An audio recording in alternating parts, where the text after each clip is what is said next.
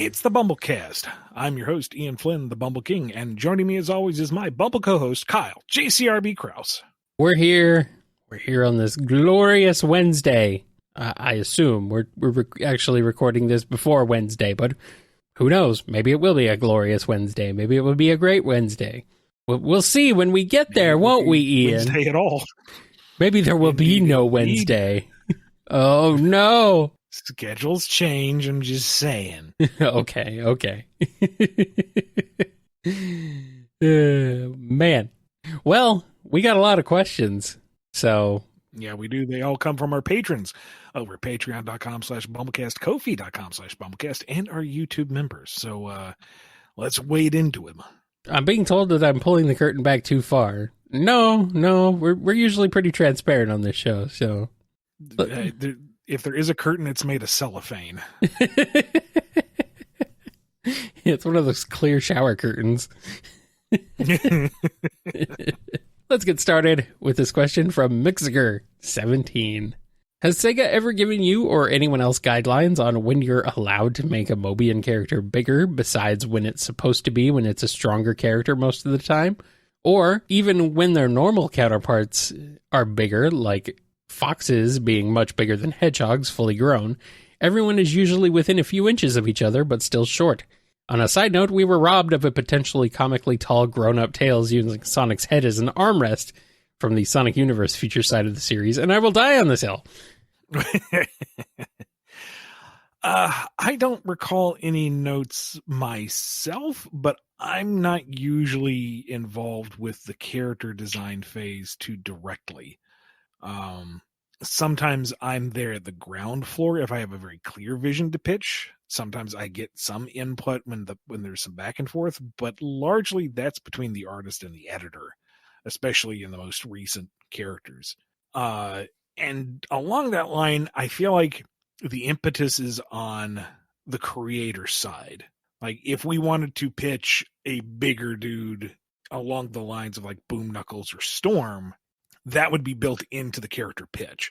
Mm-hmm. To say we want to use something like this body type, and we would get feedback on that. As of yet, I can't think of SEGA asking us to create a character. I'm pretty sure they haven't. But in that case, I think they would have direction, like we want such and such, and that the artist would go from there. But in terms of just like heights and stuff, it's, the Sonic standard that we kind of have to adhere to. It's not really about what the animals are so much as these are what the cartoon characters generally look like.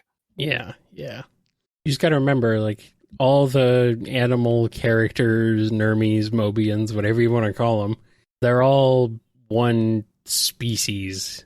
They just have design elements of other species of real-world animals. So that's really what it comes down to more than anything. That's why they're all, round similar heights, and they're all similar design. The way they look and everything is kind of not necessarily fully universal, but there's certain elements that are always a constant, stuff like that. Here's a question from Phyllis. Miles, or Auntie Tails, said in a 2009 Q&A about Tails, quote, "Let that sniveling pup prance around in his gaudy machines. When the time comes, I will show him the true elegance of a master magician. What kind of magic power was Miles going to show? What can he really do with his magic?" Keep in mind, I'm pretty sure that was from like a writing exercise on the old Bumble King forums. Yeah. So that's not remotely canon. That's maybe a bit of authorial intent, but I wouldn't hang my hat on any of that. Now, had we gone that direction, I would imagine it'd be the same kind of broad magic that we had seen in the series up to that point. Do whatever the story dictates. And I do vaguely remember maybe wanting to play into that angle just to have the anti-Tails be more distinctive from regular Tails, but I don't think I had anything super concrete planned out. At most, I guess you can imagine Miles pulling a whole warlock thing, throwing lightning bolts and summoning meteors, and Tails fighting back in some version of the cyclone. I mean, all right. I really don't remember anything about Miles having magic powers, so it could just be my memory shot. This was also kind of like in the old pre-reboot Archie stuff. Tails had a bit of a magical legacy. I know, He yeah. had an Uncle Merlin and the whole Chosen One and Great Harmony and whatever. So he had a little bit of magic to him, but it was never really capitalized on. Once I came on, we got him more closely aligned to his game counterpart, which was very strictly machine. But if you're going to take a concept of an anti-character, the antithesis of what default character is, then the logical course of action would to go, okay, instead of the mechanic, go with the magician angle. But I don't think we really went anywhere with it. Because, like, first we had Scourge capitalize on the core idea, and then we kind of set the groundwork with the King Scourge stuff. So that was just such a large cast, we didn't have enough time to really explore each and every one of them. It was more of a drive to shake up the status quo slightly and do the story. Had we returned to Anti-Mobius, maybe we would have had more time to get into it, but that would have been so far down the line. If I had any plans, I don't think they would have been too concrete. All right. Here's one from Reckons. I think of Rouge as a bit like Catwoman, who prides herself on being independent and morally gray, but is still a good person deep down. As Sega's greatest, or only, detective, how would a mission with her and Vector play out? I don't think they've even had a scene together. They fought each other in Heroes. That's not a lot. No. That would be fun, though, because Vector lends towards comedy, and Rouge is an instigator. But Vector's also a competent detective, so they would be able to actually do stuff, be productive in their investigation. And you would have the mystery kind of punctuated with moments of Vector's a dope and Rouge is on top of things, but then Vector makes some kind of insightful deduction or observation, and Rouge is kind of like, oh, wait, no, you actually know what you're doing. And thus that would incite her to mess with him more, and he's a dope, so he would react to it. And in the end, they would foil whatever nefarious caper was going on. It's just Rouge would get away with the loot at the end anyway. Is to be expected. Sadly, Vector, you will never be able to pay your bills. And yet you still won't be evicted. Here's one from Sam Cybercat. I have a question about Major Bunny's recent BumbleKast Mini, which was the one sponsoring a bunch of standard Q&A questions. I think this is a very cool thing to do, and maybe in the future, if I have more cash, 1 month, I might like to do that as well. So I wanted to ask a question about doing that, since I'm curious about the process, and maybe others are too. Major Bunny's questions seem to be all about Surgeon Kit, so if someone is sponsoring some standard Q&As, would it be okay to specifically ask for questions about certain characters or themes to be answered? Or if there wasn't enough questions about that theme, would you then answer a bunch of random questions? Maybe I'm overthinking the whole thing, but I'm just curious. Kyle, you cultivate the questions, so this would be more your wheelhouse. Major Bunny provided the standards for their mini, right? Yes, she pulled various questions that would that fit the theme she was going for.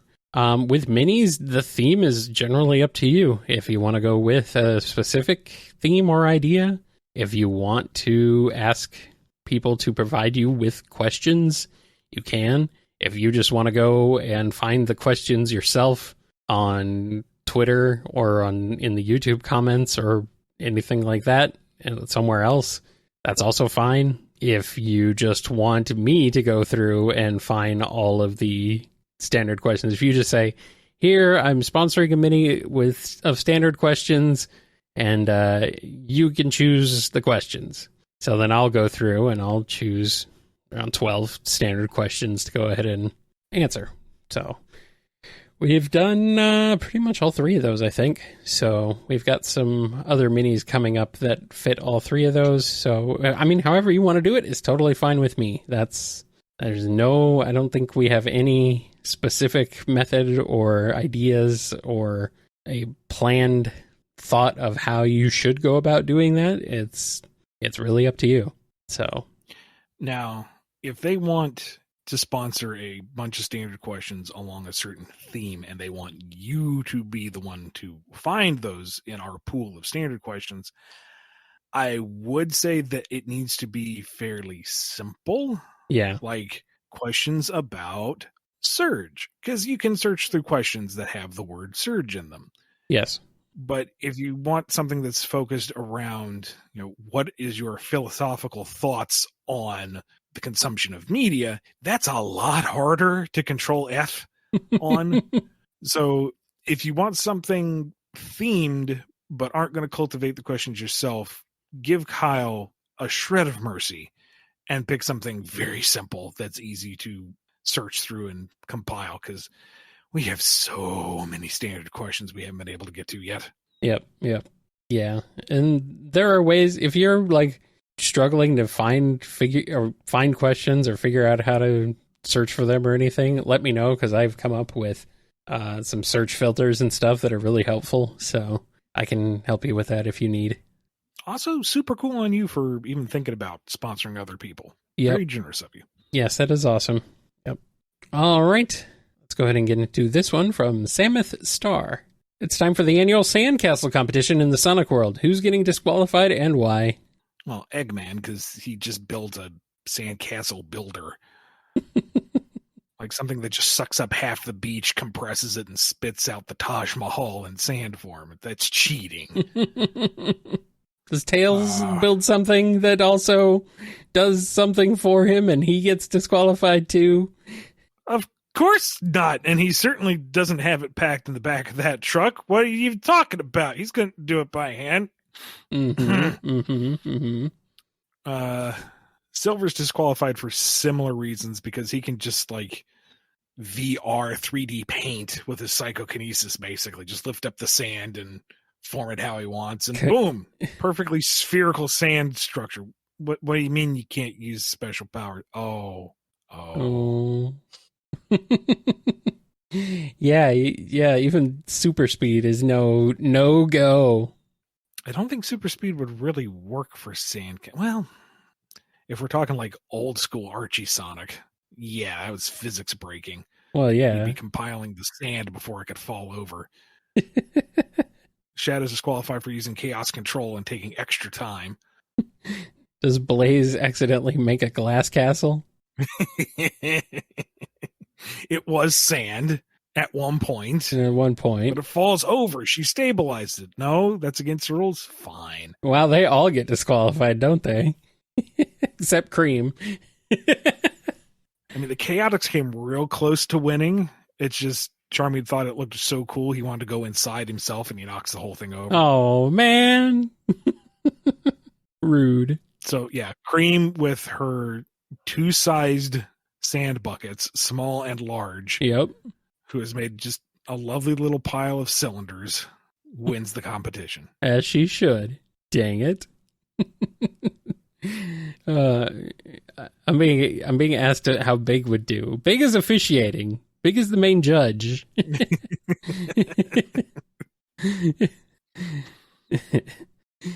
Here's one from Sammy S. Sonic Prime's story doesn't really have many references at all, other than the Tails and Knuckles pixel flashbacks, which gives the story more room to breathe on its own. If you were to add a reference to Prime, which would it be? What I mean isn't just a small name drop. I'm more talking about something of significance in the series that would actually impact the plot. Personally, I think it'd be really cool if the storybook world had a role in the story. Like the books got affected somehow and became their own Shadowverses, and they ended up fighting other Shadowverse variants. Yeah, references just for the reference's sake aren't what I would really go for. Hold your snide Frontiers commentary for the end of the show, thank you. But to me, I feel like the most glaring thing is Blaze's dimension. She is the representation of the multiverse within the Sonic canon. So how is she affected, and how is her dimension affected by the Shadowverse? This is affecting Sonic's local reality, but hers is basically the next door neighbor. If your neighbor's house suddenly exploded into individual dimensional fragments, how would you react? Does that affect your lawn? What does that mean for her? And for someone who has, 7 MacGuffins that allow for interdimensional travel, how would that affect things? But I don't want to go too deep into this one because I don't want to step on the toes of season 1 or spoil anything. But, for a series built around the concept of a multiverse, reference the established multiverse, maybe. Yeah, maybe. All right, here's a question from Scourge Time. I saw a preview of the Sonic cookbook with Sonic's perfect chili dog recipe, so here's my question. What recipe would you give Scourge if he was in the Sonic cookbook? A more spicy chili dog, or maybe a special drink that would fit him? How to make Scourge's moonshine. No. Why not? There was actually a question during the development if we could include any kind of alcohol, like even stuff that would get like cooked off. Yeah. If we had to keep it completely dry. Yeah. I don't remember what the final decision on that was. But let's see. Have we touched on this before? Would Scourge also, like chili dogs, just do them quote unquote better? I think Or spicier. because he's the anti-Sonic, he hates chili dogs. I thought it was maybe he like pretends to hate chili dogs. Because Sonic does something like that, maybe. We really do need a wiki for the Bumble continuity. I can't keep track of it all. Yeah, well. Well, I mean, I suppose it could be something like, if Sonic's got the, best chili dog recipe, Scourge has the truly best chili dog recipe. Mm-hmm. With the intro text being, don't eat that lame, bland stuff from that faker over there. This is how you get the real kick. First, you grab a pound of jalapenos. Then you put them on top of the dog. Then you turn your guts to chili. Oh, boy. Well, that sounds terrifying. I certainly don't want a pound of jalapenos on my chili dogs. Well, on that note, let's go ahead and take a quick break. And then come back with more BumbleKast.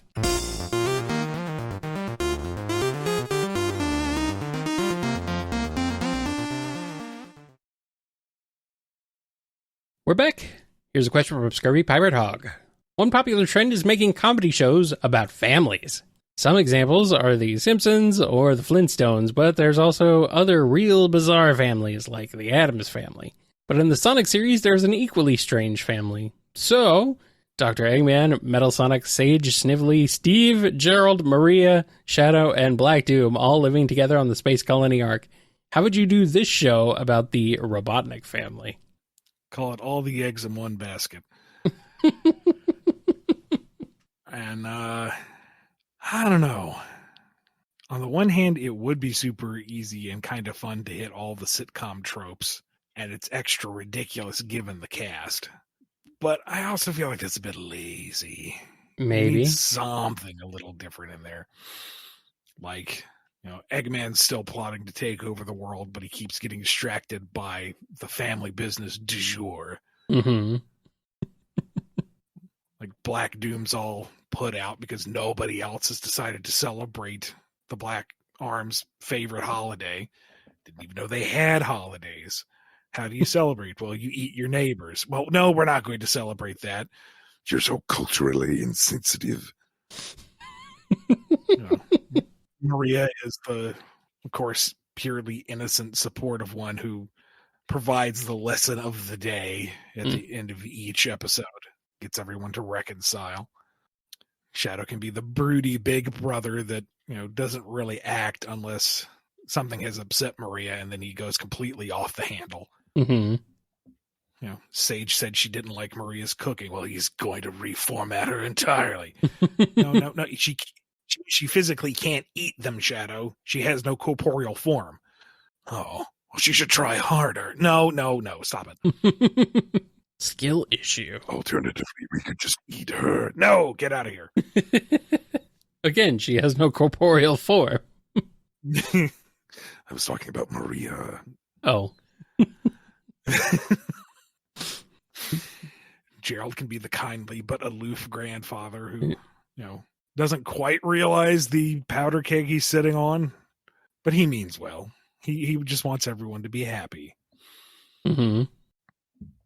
He saw no reason why he should turn down Black Doom's desire to build a Doom cannon on the front of the Ark. It's a hobby project. It keeps him from trying to eat people. Oh, wait, it's pointed down. Whoops. Shadow, be a good lad and blow up the cannon before it kills everyone.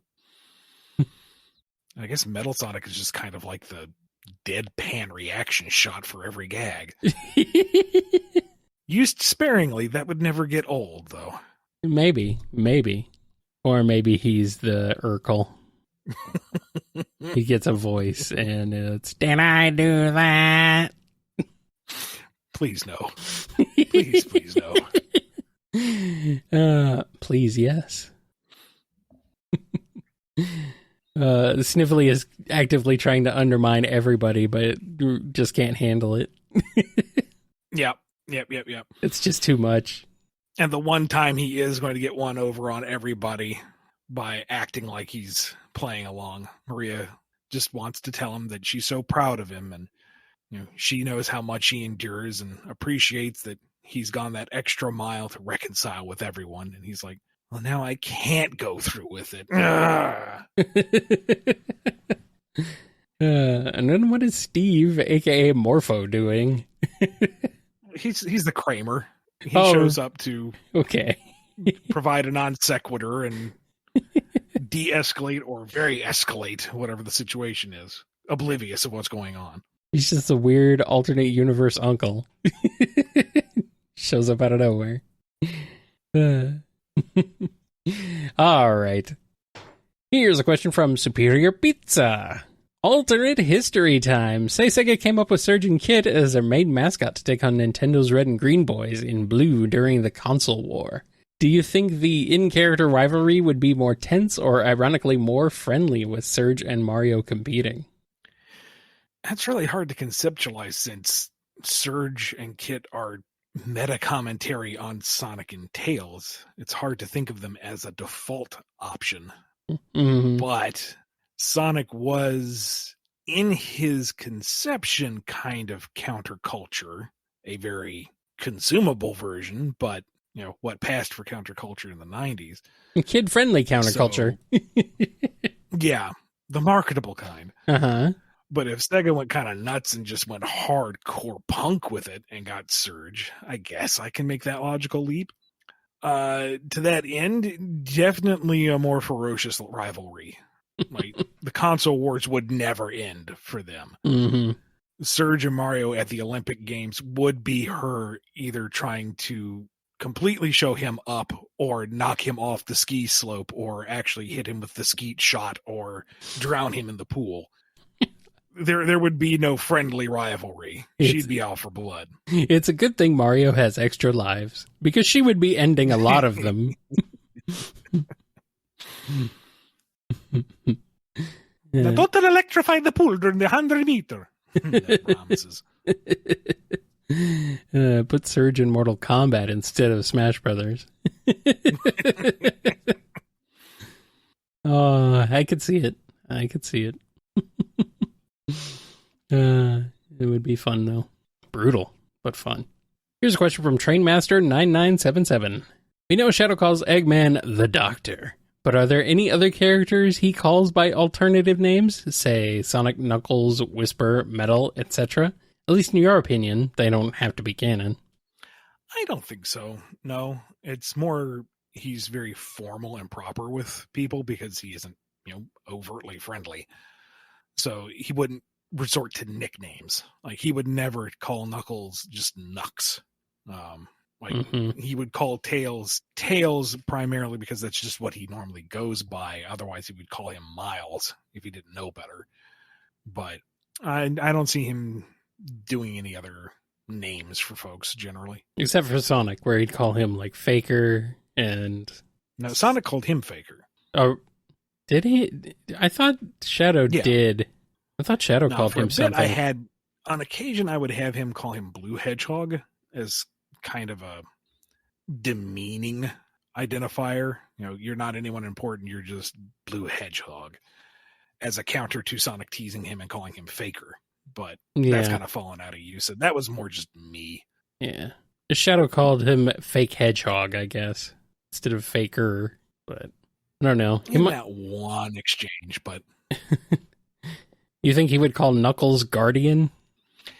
Possibly, but it's not really used like it was in the old Archie days. Yeah. Knuckles is known as the Guardian, but it's not a title so much. Well, it should be. Okay, there you go. He might, refer to Blaze as Princess. Yeah. Okay. Something like that. I guess it would make sense. Like, if you have a title, he'll keep that. It's like why he still calls Eggman Doctor. All right, here's a question from Twilord. If Team Sonic and Team Dark routinely played D&D together, and for a change of pace, Rouge chose Paladin and Knuckles chose Rogue, how harshly would they be judging each other's performance? Assuming they're using subclasses Tails had homebrewed for the other one. I think Rouge would be more critical, because Knuckles is only using his stealth stat to, bludgeon people in the back of the head. Well, that's what it's for. You could sneak by, but I don't want to. But why? You can use the lockpick, but I can punch it open. You're a rogue. Be roguish. As for Rouge being a paladin, I don't think Knuckles would rule lawyer her. I think he'd be kind of focused on his personal role in the campaign. But I think I could see Rouge picking paladin as a laugh. Ha, look at me play completely against type. But the kind of frustrating herself with the, wait, I can't do that because of the moral alignment, right? Yeah. I have to help this person. Yeah. You have to be lawful good as a paladin, I believe. So, yeah, she would be very put out by that. What is the law here exactly? Can I get away with a technicality? I mean, honestly, that's how a lot of the law paladins... isn't just. Do I have some wiggle room? Honestly, that's how a lot of paladins get away with things, is by skirting the law. It's still technically legal. Does it count as looting if somebody else takes it off the body and then gives it to me as a present? No, Knuckles, go loot that body. Yep. There you go. All right. I'm going to roll for stealth. You don't have to sneak up on a body. It might be booby-trapped. You're the one who knocked it out. It could still be booby-trapped. It could be. I mean, he's not wrong. He's not wrong. Here's a question from Vexion. A few videos ago, you answered a question about Shadow wearing stilettos. Now I gotta know, could Shadow ever rock having 4 guns on each of his hands and stilettos, like Bayonetta did? And what would the gun's name be? A little context here, the name of Bayonetta's signature guns are all named after old songs like Scarborough Fair, Love is Blue, and Color My World. The idea of Shadow rocking those guns, striking those poses, cartwheeling and firing in all directions while maintaining that kind of neutral sour expression cracks me up like nothing else. That is hilarious. Has someone modded Shadow over Bayonetta in Smash Brothers? If not, they should. As for the weapon names, because the whole thing with Bayonetta is you earn new weaponry by trading records to Rodan, right? Am I remembering that correctly? Yes, that is right, I believe. So that's kind of tied into that element of the game. That keeps the musical themes, but let's see. I kind of spoiled for choice, keep the musical theme and just, pick various heavy metal ballads. That's what I was thinking. After. Yeah.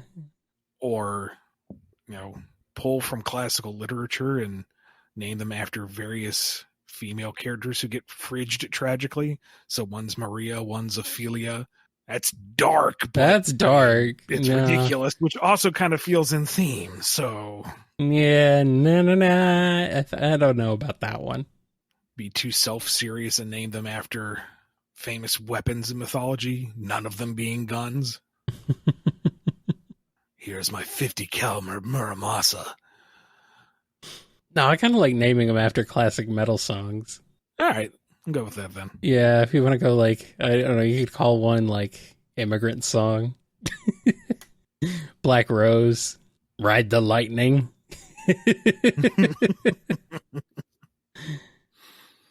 Smoke on the Water. There you go. Highway to Hell. That's a good one right there, I think. Oh man, such a good one. Sweet Child of Mine.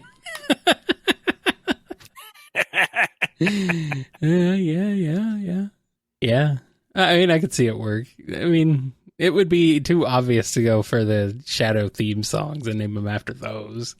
Yeah, I mean, if we're gonna go all out. Exactly. That's what you need. I got a good one. Tornado of Souls. Ooh, I like that one. Yeah. Yes. Let's see. Yeah, there's some good metal names in there. If you got any other ideas, put them in the comments. Here's one from Wildcard717.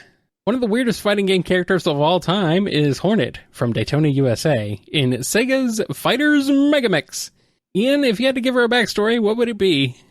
Well, after winning all of the races, Hornet wanted to achieve new heights, and thus entered into organized fighting. Easy. There's really nothing, you don't have to get into anything too crazy about that.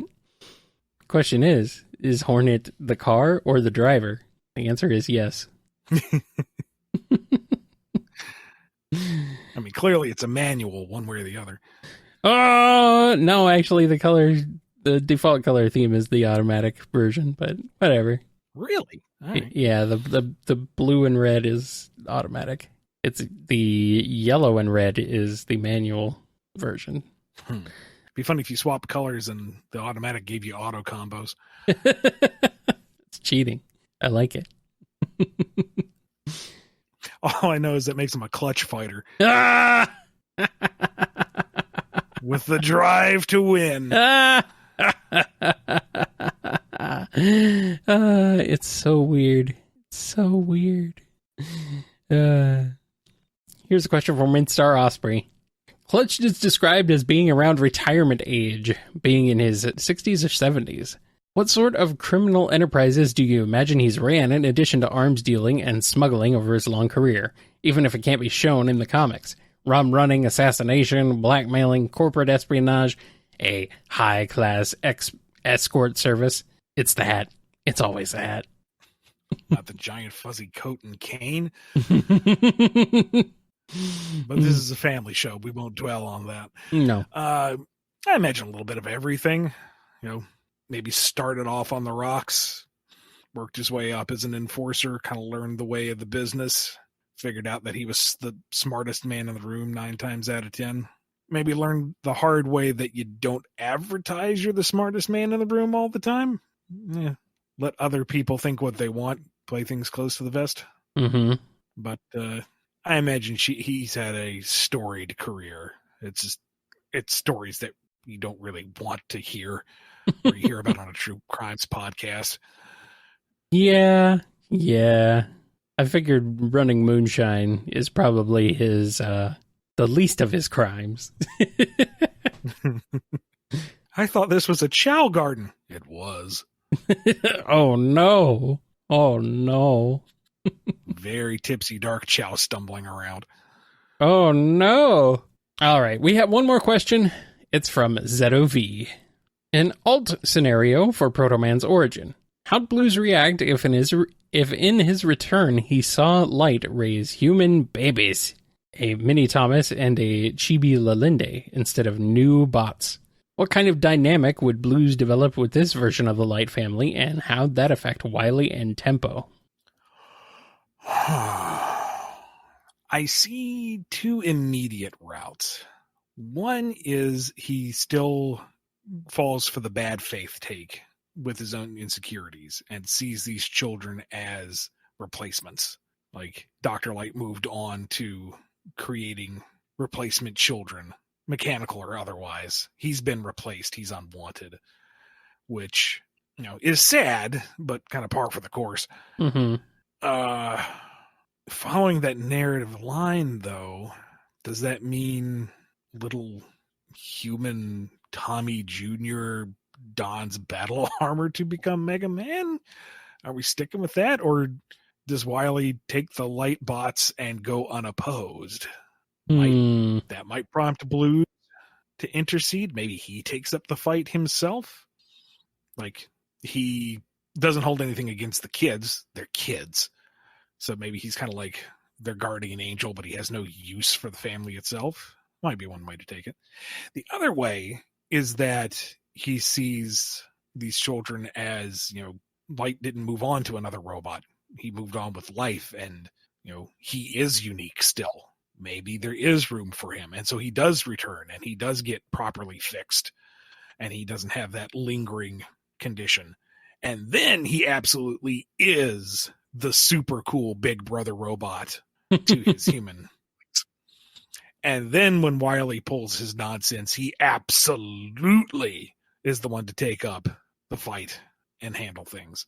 It would beg the question of when Tempo was built continuity-wise, when she falls compared to everything else. Because I don't think she was built before Blues. It would have been after.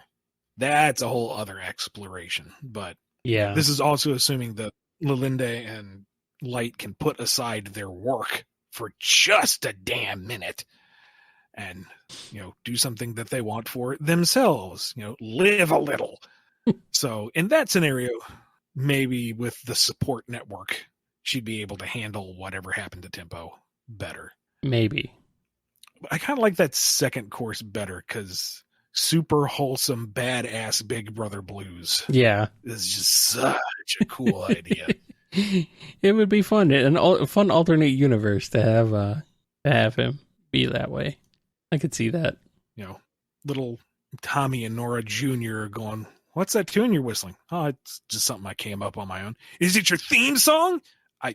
Not really. "It's your theme song."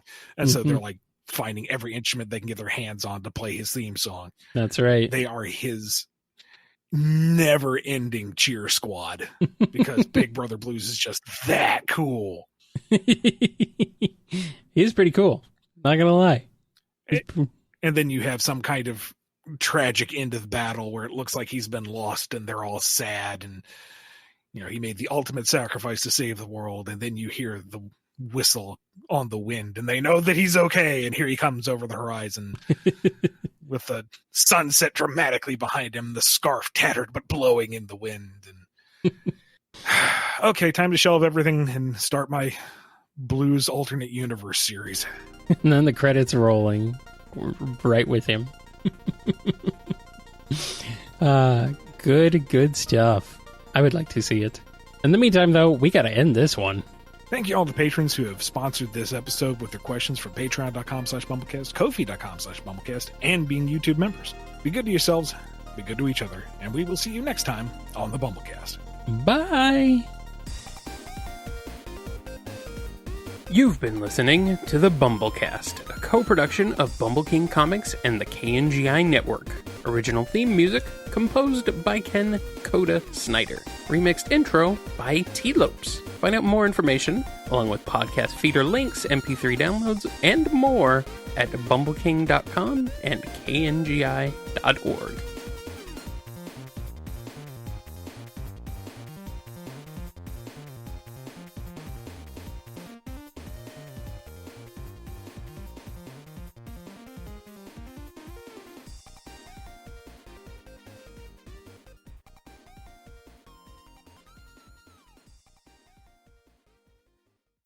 Yep. Thank you to all our patrons for sponsoring this episode with their questions that came from patreon.com/BumbleKast, Ko-fi.com. I think I screwed that up. Ko-fi.com/BumbleKast. Take two.